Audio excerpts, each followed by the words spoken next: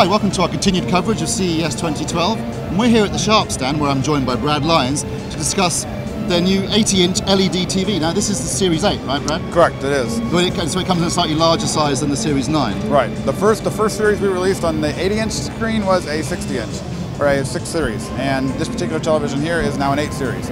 The one thing that this TV does that one did not is Quadron. So we're bringing that Quadron technology to the largest TV available in the market today. Okay, now you mentioned Quadron. Obviously this is Sharp's proprietary technology. Perhaps we could talk a little bit about how it's developed over the last year or two?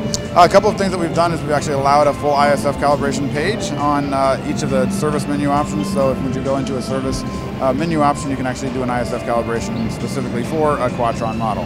And with Quadron, obviously, we've added the additional yellow subpixel, so now there's red, green, blue with the addition of a yellow subpixel.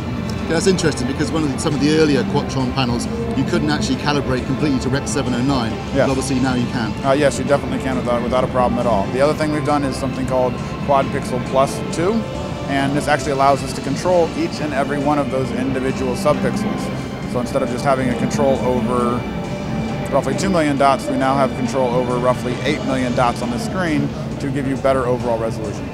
So how does the Series 8 differ from the Series 9? Series 9 series is a full array LED with local dimming. The 8 series on the 80-inch is a full array, but it does not do local dimming.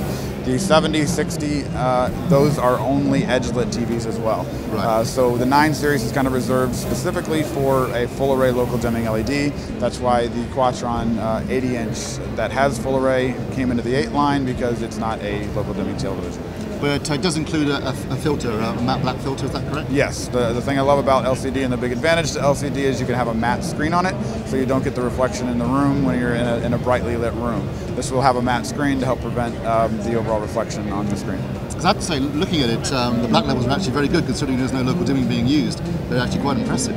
Yes, very much so. And that has a lot to do with the actual panel itself, yeah, and the Quadron capability. Because personally speaking, I often find that introducing local dimming can introduce things like haloing and glowing around the image. Definitely. I mean, unless you're dimming every single pixel, right. There's inevitably going to be a side effect of technology, isn't it? Yes, definitely. Now, Brad, obviously LG and Samsung have recently launched their 55-inch OLED TVs. Are Sharp developing any technology in that area? Yeah, we do definitely dabble in the OLED world. Right now, we're not necessarily showing it because it's something that we don't think is necessarily practical for a largely manufactured product at an affordable price.